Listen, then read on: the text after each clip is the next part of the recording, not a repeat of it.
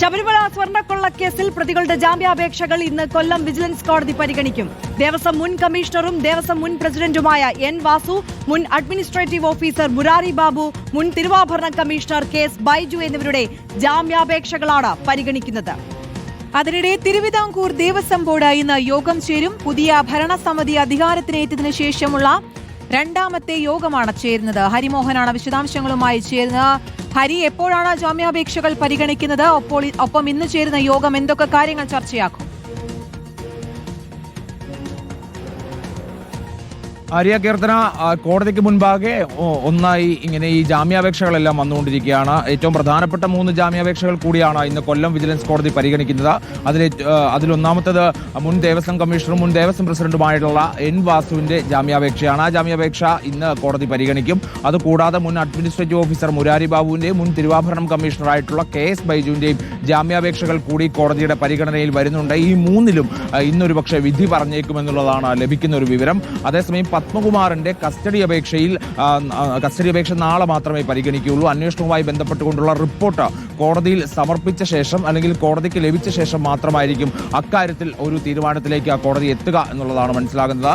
ഈ ശബരിമല സ്വർണ്ണക്കൊള്ളയുമായി ബന്ധപ്പെട്ടുകൊണ്ട് ഉദ്യോഗസ്ഥരുടെ ഭാഗത്തുനിന്ന് ഉള്ള വീഴ്ചകൾ അല്ലെങ്കിൽ ഉദ്യോഗസ്ഥരുടെ ഭാഗത്തുനിന്നുള്ള ഗൂഢാലോചനയൊക്കെ തന്നെ ചൂണ്ടിക്കാണിച്ചുകൊണ്ടാണ് SIT ഈ 3 ജാമ്യാപേക്ഷകളെയും എതിർത്തിട്ടുള്ളത്. പക്ഷേ മുരാരി ബാബുവിന്റെ ജാമ്യാപേക്ഷയിലാണ് ഇതിനെ കുറെ കൂടി വിശദമായി പ്രതിരോധിക്കുന്നത് എന്നുള്ളത് നമുക്ക് എടുത്തു പറയേണ്ടതുണ്ട്. കാരണം ഉദ്യോഗസ്ഥർ എന്ന നിലയിലുള്ള കടമ മാത്രമാണ് തങ്ങൾ നിർവഹിച്ചത്. ദേവസ്വം ബോർഡ് ഭരണസമിതി അടക്കമുള്ളവരുടെ നിർദ്ദേശപ്രകാരമുള്ള കാര്യങ്ങൾ മാത്രമാണ് ഉദ്യോഗസ്ഥർ എന്നുള്ള നിലയിൽ തങ്ങൾ ചെയ്തത്.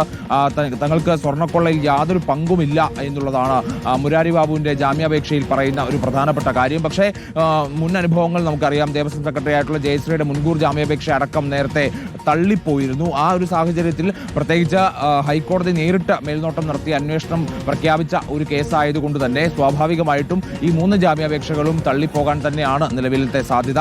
കൊല്ലം വിജിലൻസ് കോടതി കുറച്ചുകൂടി ദിവസം എടുത്ത് ഈ റിപ്പോർട്ട് പരിശോധിച്ച ശേഷം മാത്രം വിധി പറയുന്ന ഒരു രീതിയാണ് കഴിഞ്ഞ കുറേ ദിവസങ്ങളായി പിന്തുടർന്നു പോരുന്നത് എന്നുള്ളത് മാത്രമാണ് ഇതിലെ വ്യത്യാസം. അതേസമയം തന്നെ ഈ കേസിലെ കൂടുതൽ വ്യക്തത, അതായത് ഈ വിദേശയാത്രകളും പത്മകുമാറിന്റെ മറ്റ് സാമ്പത്തിക ഇടപാടുകളും എല്ലാം കേന്ദ്രീകരിച്ചുകൊണ്ട് കൂടുതൽ വിശദമായ ഒരു അന്വേഷണത്തിലേക്ക് SIT സമാന്തരമായി കടക്കുകയും ചെയ്യുന്നുണ്ട്. ഇന്നത്തെ ജാമ്യാപേക്ഷ നിഷേധിച്ചു കഴിഞ്ഞാൽ അല്ലെങ്കിൽ തള്ളിക്കഴിഞ്ഞാൽ ഈ വാസു അടക്കമുള്ള ആളുകളെ വീണ്ടും കസ്റ്റഡിയിൽ വാങ്ങിച്ചുകൊണ്ട് വിശദമായി ചോദ്യം ചെയ്യുക എന്നുള്ളതാണ് ഈ ഘട്ടത്തിൽ ഉദ്ദേശിക്കുന്ന ഒരു പ്രധാനപ്പെട്ട കാര്യം എന്ന് പറയുന്നത്. അതേസമയം ഇന്ന് ദേവസ്വം ബോർഡിന്റെ യോഗം ചേരുന്നത് എന്നുള്ളൊരു പ്രത്യേകത കൂടിയുണ്ട്. അതായത് മണ്ഡലകാലത്താണ് ഈ ദേവസ്വം ബോർഡ് യോഗം എന്നുള്ളതാണ് ഏറ്റവും പ്രധാനപ്പെട്ട കാര്യം.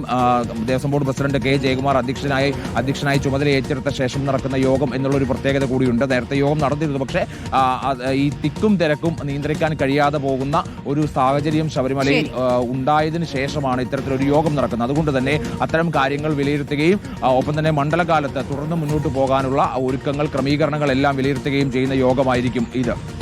ശരി, ഹരിമോഹനാണ് വിശദാംശങ്ങൾ നൽകിയത്.